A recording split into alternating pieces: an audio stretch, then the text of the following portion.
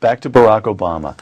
You mentioned the, I think you would call it a naive view of world affairs, that he places a great deal of faith in in rhetoric, the ability of rhetoric to solve global problems. This reminds you of the 1930s. It reminds you of Neville Chamberlain.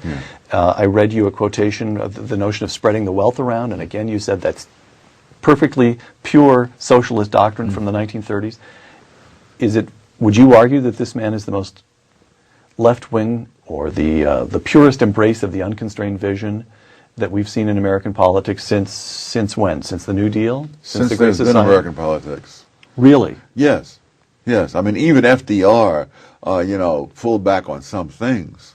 But Obama, really, he does have the unconstrained vision, which is really an elitist vision. It says, I know what is the best to be done, and I will do it. When he says, I will change the world, you realize this is a man who has actually accomplished nothing other than advancing his career through rhetoric.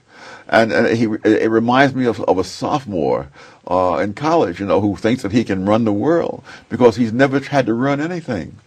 And you can believe that only until you have personal responsibility for consequences, and that's when it gives you a little bit of humility. Why don't the American people see through that? Isn't that the fundamental bet that the founders made, that that voters would see through? Ultimately, they'd see through nonsense.